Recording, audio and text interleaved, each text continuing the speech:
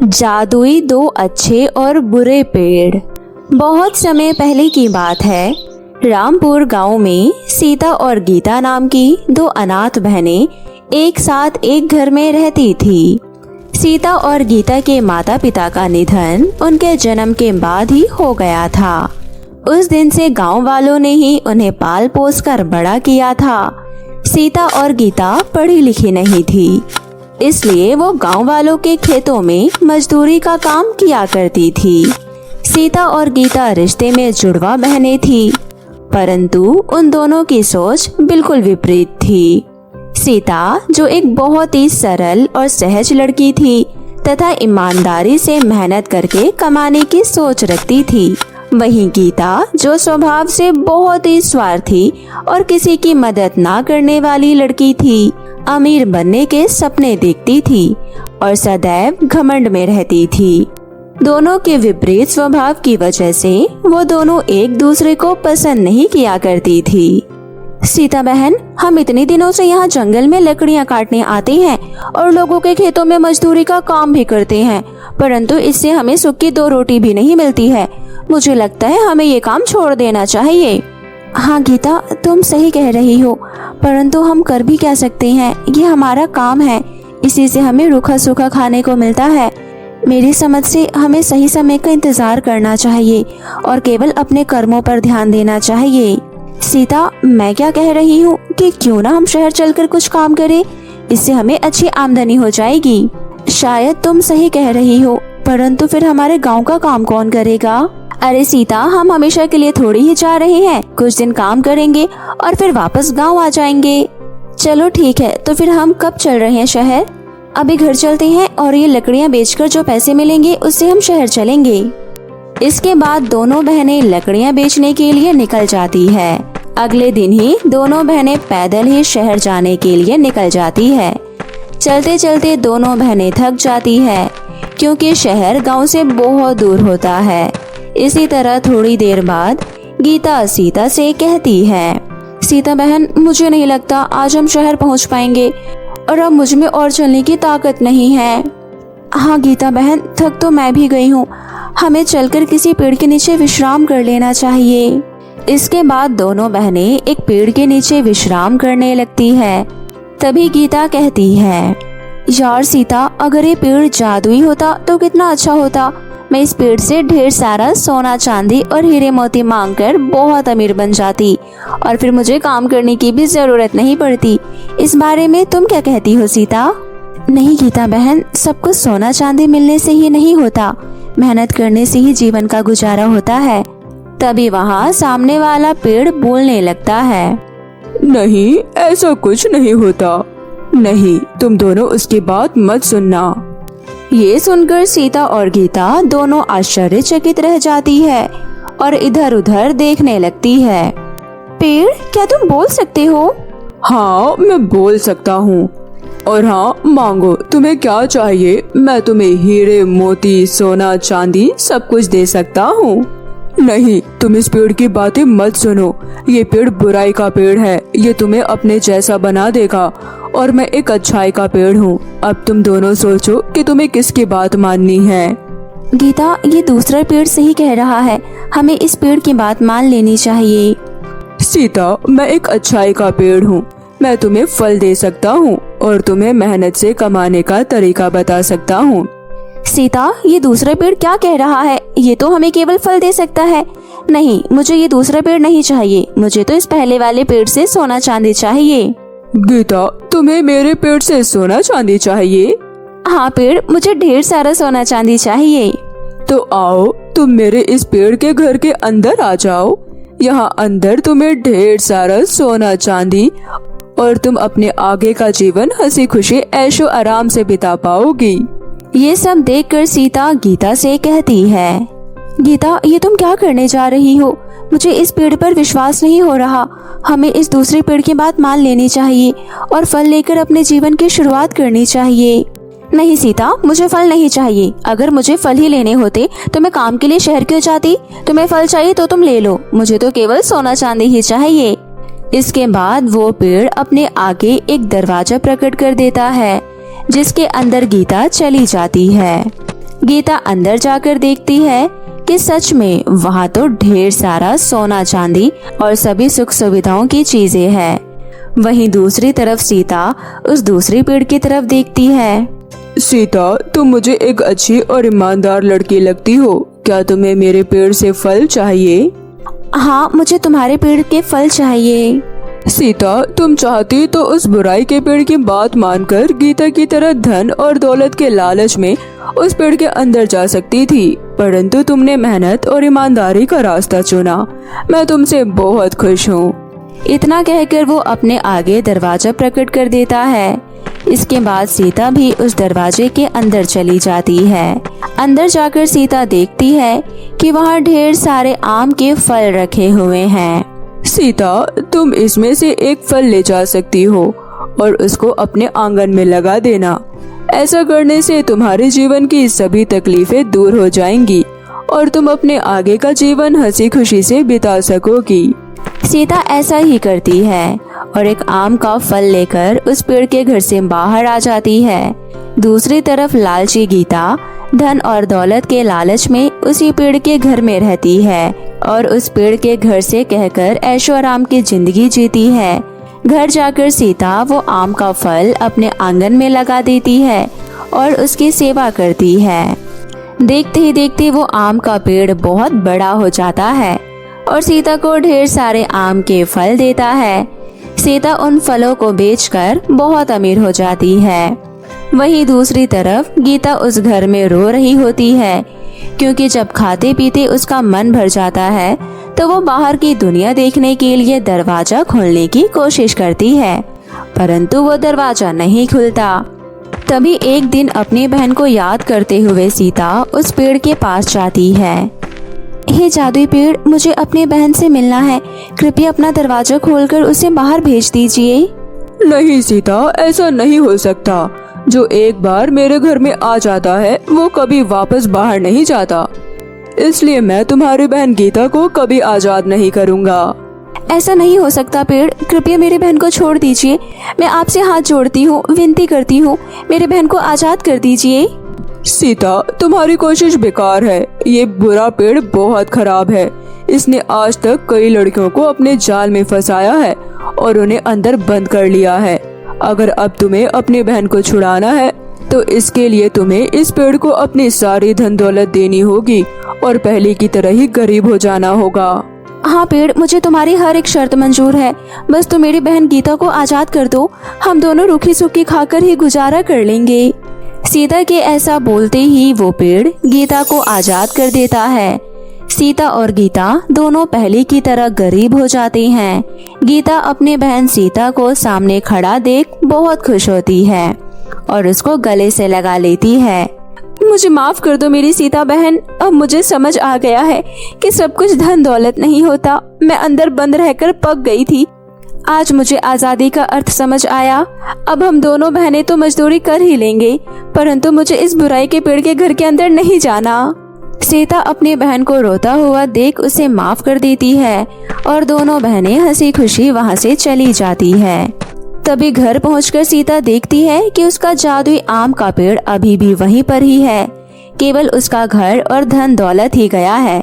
ये देखकर सीता बहुत खुश होती है और उस दिन के बाद दोनों बहनें उस आम के पेड़ के आम बेचकर अपना गुजारा करती है और एक साथ हंसी खुशी से रहने लगती है। केशवपुर नामक गांव में आशा अपने छोटे से घर में अकेली रहती थी।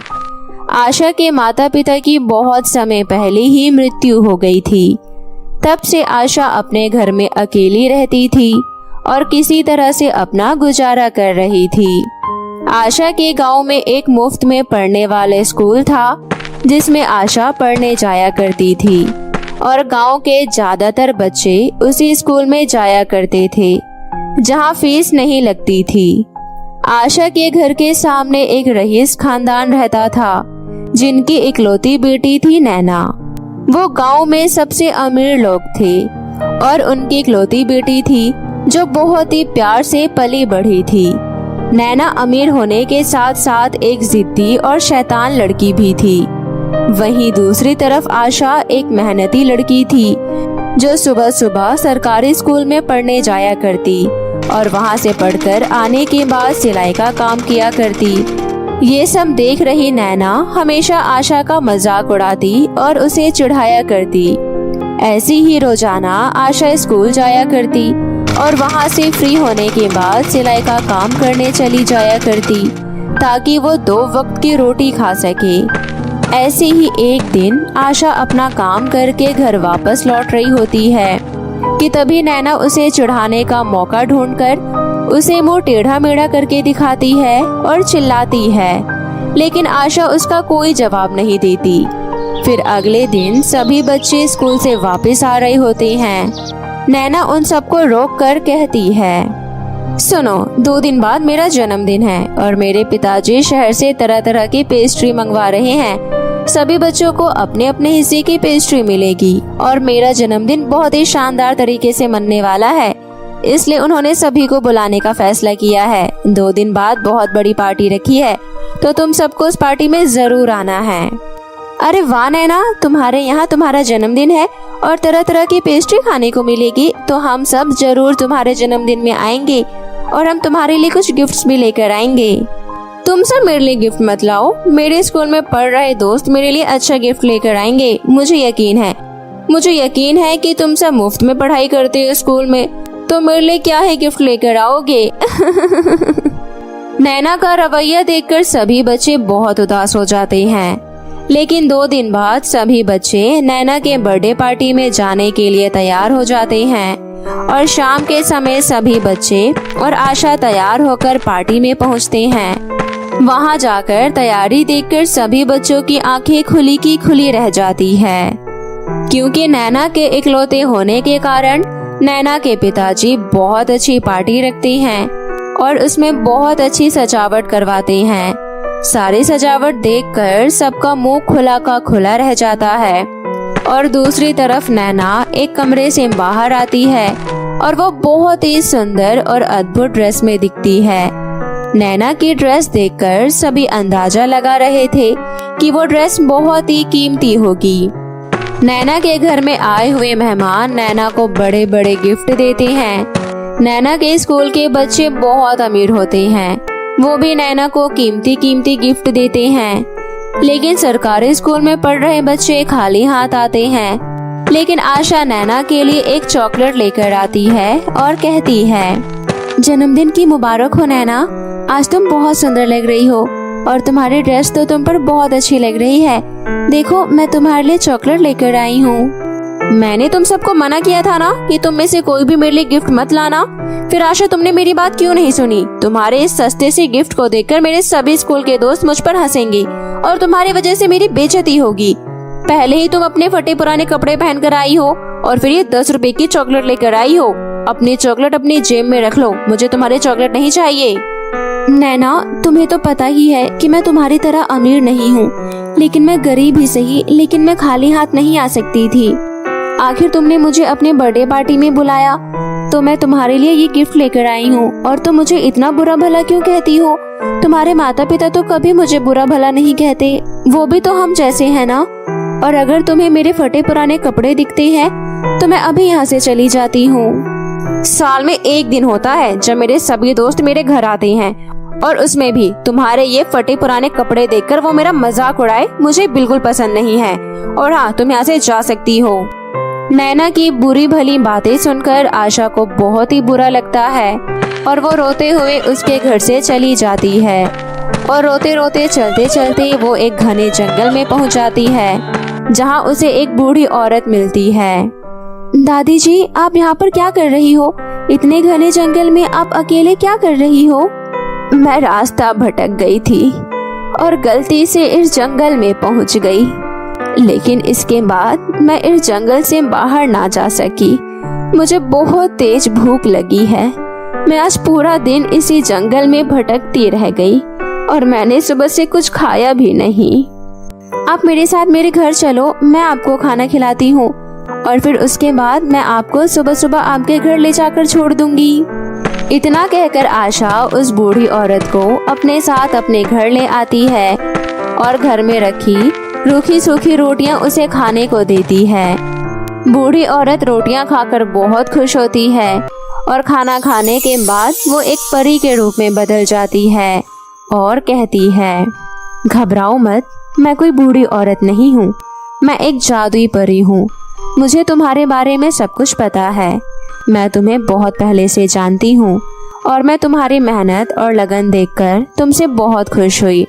तुम हमेशा से अपनी मेहनत का ही खाती हो, चाहे बेशक तुम्हें रूखी सूखी रोटी ही खानी पड़े। और ये सब देखकर मैं तुमसे बहुत खुश हूँ और आज मैं तुम्हारी मदद करने आई हूँ। क्या सच में आप एक परी हो? लेकिन फिर आपने मेरी मदद क्यों की? आपने किसी और की मदद क्यों नहीं की? इस दुनिया में बहुत कम अच्छे लोग मिलेंगे जो किसी दूसरे की मदद करेंगे और मैंने तुम्हारी परीक्षा लेने के लिए अपना भेष एक बूढ़ी औरत में बनाया और तुम्हारी परीक्षा ली थी और तुम उस परीक्षा में पास हो गई। तुमने मेरी मदद की और तुमने मुझे खाना खिलाया और तुम्हारी इस मदद से मुझे बहुत खुशी हुई। इसलिए आज मैं तुम्हारी मदद करने तुम्हारे पास आई हूँ। इतना कहकर जादुई परी आशा के आसपास अपनी छड़ी घुमाती है जिसमें से दिव्य रोशनी निकलती है और आशा का रंग रूप, कपड़े आदि सब बदल जाते हैं। ये सब देखकर आशा हैरान रह जाती है। उसके बाद जादुई परी आशा को एक जादुई पेस्ट्री देती है और कहती है, ये कोई साधारण पेस्ट्री नहीं है और ना ही तुम इस पेस्ट्री को खा सकती हो, बल्कि इस पेस्ट्री से तुम अपने मन की हर इच्छा को पूरा कर सकती हो। तुम इस जादुई पेस्ट्री से मदद लेकर तुम पेस्ट्री की दुकान खोल सकती हो और बल्कि सिर्फ पेस्ट्री की ही नहीं, तुम्हारा जो भी दुकान खोलने का मन करे तुम इससे खोल सकती हो और दुकान में पेस्ट्री बेचकर खूब पैसे कमा सकती हो और अपना जीवन बहुत ही आराम से हंसी खुशी गुजार सकती हो। हाँ, मैं सच में एक पेस्ट्री की दुकान ही खोलना चाहती हूँ और आपकी इस जादुई पेस्ट्री से मैं ढेर सारे तरह तरह के पेस्ट्री बनाऊंगी, अपनी दुकान में रखूंगी और उन्हें बेचा करूंगी, जिससे मैं ढेर सारा पैसा कमा सकती हूँ और अच्छे स्कूल में भी पढ़ सकती हूँ। मैं आपका धन्यवाद कैसे करूँ मुझे समझ ही नहीं आ रहा, लेकिन आपका बहुत बहुत शुक्रिया कि आपने मेरी मदद की।